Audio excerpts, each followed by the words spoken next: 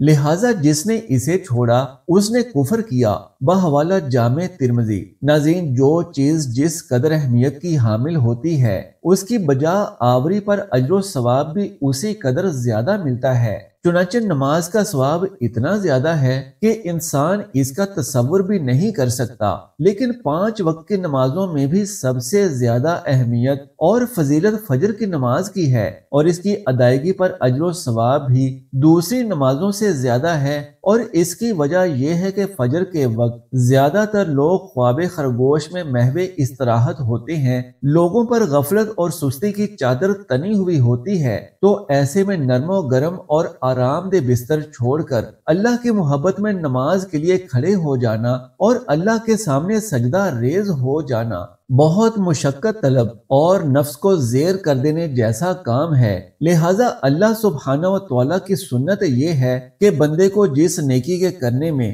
مشقت زیادہ ہو اور نفس شیطان سے لڑائی لڑنی پڑے تو اس کے بدلے میں اللہ سبحانہ و تعالیٰ اجر بھی زیادہ عطا فرماتا ہے، چاہے وہ نیکی کتنی ہی چھوٹی کیوں نہ ہو۔ اسلامی تعلیمات میں دنیا سے مراد یہ کائنات اور اس کی تمام تر نعمتیں، خزانے، دولت و ثروت اور حکومت و ستوت ہے۔ اب ذرا پھر سے سوچئے کہ فجر کی 2 سنتوں کی اللہ کے نزدیک کتنی اہمیت ہوگی کہ نبی کریم صلی اللہ علیہ وآلہ وسلم کے فرمان کے مطابق یہ پوری کائنات اور اس کی تمام تر نعمتیں فجر کی 2 سنتوں کے سامنے ماند اور ہیچ ہیں۔ جب فجر کی 2 سنتوں کا یہ عالم ہے تو پھر فجر کے وقت پڑھے جانے والے فرضوں کا کیا اجر و ثواب ہوگا؟ صحیح مسلم کی حدیث ہے کہ نبی کریم صلی اللہ علیہ وآلہ وسلم نے فرمایا کہ جو شخص فجر کی نماز پڑھ لیتا ہے وہ اللہ کے ذمے میں آ جاتا ہے اور اسے کوئی بھی نقصان نہیں پہنچا سکتا۔ بخاری و مسلم کی روایت ہے کہ جس نے 2 ٹھنڈی نمازیں یعنی فجر اور عصر کی نمازیں پڑھ لیں وہ جنت میں داخل ہوگا۔ اسی طرح ایک اور روایت میں ہے کہ نبی کریم صلی اللہ علیہ وآلہ وسلم نے فرمایا جو شخص عشاء کی نماز باجماعت ادا کرے گا اسے آدھی رات کے قیام کا ثواب ملے گا، اور جو شخص عشاء اور فجر کی نمازیں باجماعت ادا کرے گا تو اسے پوری رات کے قیام کا ثواب ملے گا۔ بحوالہ سنن ابی داؤد۔ افسوس کی بات یہ ہے کہ نماز فجر کی ادائیگی میں ہماری سستی اور کاہلی انتہا کو پہنچی ہوئی ہے۔ کوئی بھی موسم ہو، فجر کی نماز میں باقی 4 نمازوں کی نسبت بہت کم تعداد میں نمازی ہوتے ہیں، اور یہی حال گھروں میں خواتین کی نماز فجر کا ہے۔ موسم گرما میں راتیں چھوٹی ہونے کا بہانہ، جبکہ موسم سرما میں صبح سردی کا عذر الگ، لیکن ہمارا ہر بہانہ اور عذر نماز میں کوتاہی اور غفلت کے سلسلے میں اللہ کے ہاں ناقابل قبول ہے۔ ناظرین محترم، ہم میں سے بہت سے لوگوں کا یہ بہت بڑا مسئلہ ہے کہ ان کی روزی میں برکت نہیں، گھروں میں برکت نہیں، جتنا بھی کماتے ہیں پتہ ہی نہیں چلتا کہ کہاں گیا۔ ہر وقت کوئی نہ کوئی پریشانی، بیماری اور تنگی گھیرے رکھتی ہے۔ اگر ہم ان تمام تنگ دستیوں، بے روزگاریوں، بے برکتیوں اور پریشانیوں کو نماز فجر کی عدم ادائیگی کے پس منظر میں دیکھیں تو معلوم ہوگا کہ ان سب کی وجہ صرف یہی ہے کہ ہم نماز فجر کی ادائیگی میں حد درجہ غفلت، کوتاہی، لاپرواہی اور سستی کا شکار ہیں۔ نبی کریم صلی اللہ علیہ وآلہ وسلم کی متعدد احادیث کا مفہوم ہے کہ صبح سویرے اٹھنے اور نماز فجر کی ادائیگی کے ساتھ انسان پر اللہ کی رحمتیں اور برکتیں جڑی ہوئی ہیں، بلکہ ایک حدیث میں تو واضح ارشاد ہے کہ رزق تقسیم کرنے والا فرشتہ انہی لوگوں کا رزق پہنچاتا ہے جو صبح سویرے اٹھ کر فجر کی نماز ادا کرتے ہیں، جبکہ دیر تک سونے والوں کے رزق کی برکتیں وہ فرشتہ اپنے ساتھ لے جاتا ہے۔ لہذا نبی رحمت صلی اللہ علیہ وآلہ وسلم کے فرمان کے مطابق فجر و عشاء کی 2 نمازیں رزق میں اضافے اور گھر بھر کی خیر و برکات کے لحاظ سے بہت اہمیت کی حامل ہیں، جیسا کہ نبی کریم صلی اللہ علیہ وآلہ وسلم نے ارشاد فرمایا کہ اگر لوگوں کو ان 2 نمازوں کا اجر و ثواب معلوم ہو جائے تو خود کو کولوں کے بل گھسیٹتے ہوئے ہی مسجد میں پہنچ جائیں۔ بحوالہ سنن ابن ماجہ۔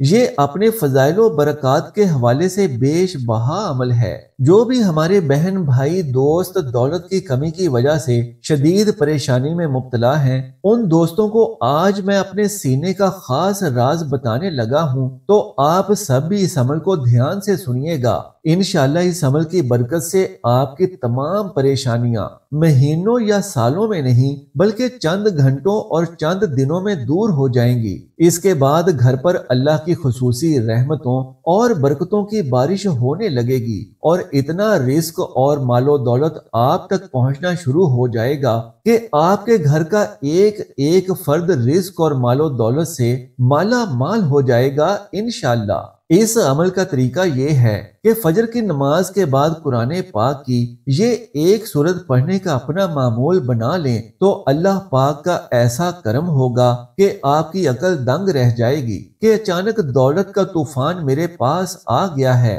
دوستو، آج کی ویڈیو میں بتائے گئے اس عمل کو معمولی ہرگز نہ سمجھیے گا۔ اس عمل کو نماز فجر کے بعد ایک بار ضرور کر کے دیکھیے گا تو سارا دن اللہ کی وسیع رحمتیں اور برکتیں برستی ہوئی آپ خود اپنی آنکھوں سے دیکھیں گے۔ ناظرین، یہ ایسا عمل ہے اور ایسا وظیفہ ہے کہ جس کو کرنے والے سے اللہ سبحانہ و تعالی بہت خوش ہوتا ہے، اور جس انسان سے اللہ خوش ہو جائے تو پھر اس کی دنیا اور آخرت پلک جھپکنے میں سنور جاتی ہے۔ اس کے تمام بگڑے کام فوری طور پر سنور جاتے ہیں، اور اللہ کی خصوصی رحمتیں ایسے انسان پر بارش بن کر برسنے لگتی ہیں، اور اس عمل کو کرنے والے کو اللہ پاک اپنے خاص اور برگزیدہ بندوں میں شامل فرما لیتا ہے۔ جب ایک بندہ اللہ کا قرب خاص حاصل کر لیتا ہے تو پھر اس کی خوشی میں اللہ کی خوشی بن جاتی ہے۔ ایسے شخص کی تمام پریشانیاں اللہ سبحانہ و تعالی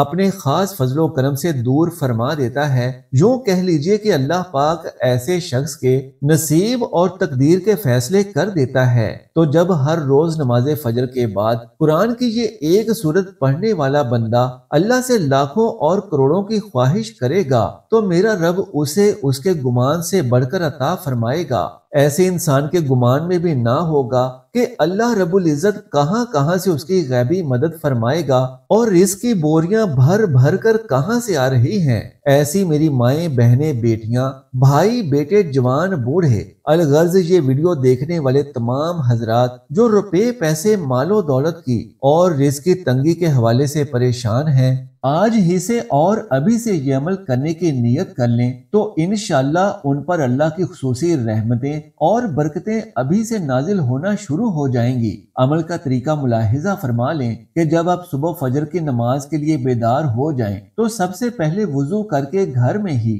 2 رکعت سنت ادا کر لیں۔ یہ وہ 2 رکعت سنت ہیں جن کے بارے میں اللہ کے رسول صلی اللہ علیہ وآلہ وسلم نے فرمایا کہ فجر کی 2 سنتیں اس دنیا کی تمام چیزوں سے افضل ہیں، اور جس نے ان کو ادا کر لیا تو وہ اس دنیا کا امیر ترین انسان بن گیا۔ پیارے دوستو، تمام مرد حضرات فجر کی یہ 2 سنتیں ادا کرنے کے بعد مسجد کی جانب جاتے جاتے راستے میں یہ ایک تسبیح ضرور پڑھیں، سبحان اللہ و بحمدہ سبحان اللہ العظیم۔ یاد رہے کہ 100 بار یہ تسبیح پڑھنی ہے، لیکن خواتین گھر میں ہی 2 سنتوں کی ادائیگی کے بعد یہ تسبیح جائے نماز پر بیٹھے بیٹھے پڑھ لیں۔ مرد حضرات مساجد میں، جبکہ خواتین گھروں میں فجر کے 2 فرض ادا کریں۔ اس کے بعد مرد بھی اور خواتین بھی اپنے گھروں میں بیٹھ کر باوضو حالت میں قرآن پاک کی افضل ترین سورت یعنی سورہ یاسین کی 1 مرتبہ تلاوت کریں۔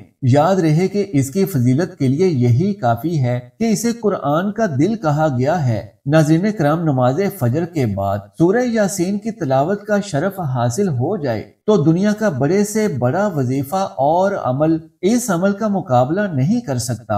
اس کی مثال آپ یوں سمجھ لیجئے، گویا ایک تیر ہے جو عین اپنے نشانے پر جا کر لگتا ہے، اور ایک دعا ہے جو سیدھی عرش پر رب کائنات کے حضور جا پہنچتی ہے۔ نماز فجر کے بعد سورہ یاسین کی فضیلت احادیث سے، بزرگان دین کے اقوال افعال سے اور عاملین کے مجربات سے ثابت شدہ ہے۔ انسانوں کی تقدیریں بدلنے کے لیے بس یہ ایک عمل ہی کافی ہے کہ نماز فجر کے بعد سورہ یاسین پڑھ کر اللہ سے دنیا جہاں کی جو بھی بڑی سے بڑی نعمت مانگنا چاہتے ہیں مانگ لیں، انکار نہیں ہوگا۔ اللہ تبارک و تعالیٰ سے دعا ہے کہ نیکی کی بات کو سننے سمجھنے اور اس پر عمل کرنے کی طاقت و توفیق مرحمت فرمائے۔ میرا سنانا اور آپ کا سننا اپنی بارگاہ میں قبول و منظور فرمائے، آمین یا رب العالمین۔ محترم ناظرین، آخر میں درخواست ہے کہ میری آج کی اس معلوماتی ویڈیو کو لائک اور شیئر کر دیجئے اور میرے اسلامی و اصلاحی چینل کو سبسکرائب کر لیجئے۔ جزاک اللہ خیرن کثیرا۔ اللہ ہم سب کا حامی و ناصر ہو۔